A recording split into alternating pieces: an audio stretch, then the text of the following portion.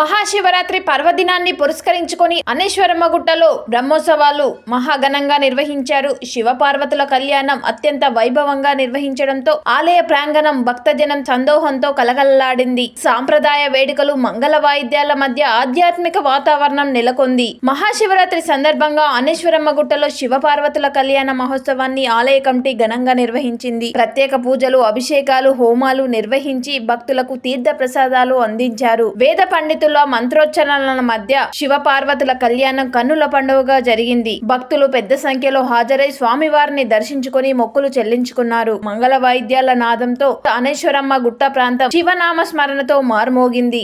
ఆలయ నిర్వాహకులు మాట్లాడుతూ ప్రతి సంవత్సరం మహాశివరాత్రి వేడుకలు ఇదే విధంగా వైభవంగా నిర్వహిస్తామని తెలిపిండ్రు. భక్తుల సహకారంతో కార్యక్రమం విజయవంతమైందని ఆనందం వ్యక్తం చేసిండ్రు.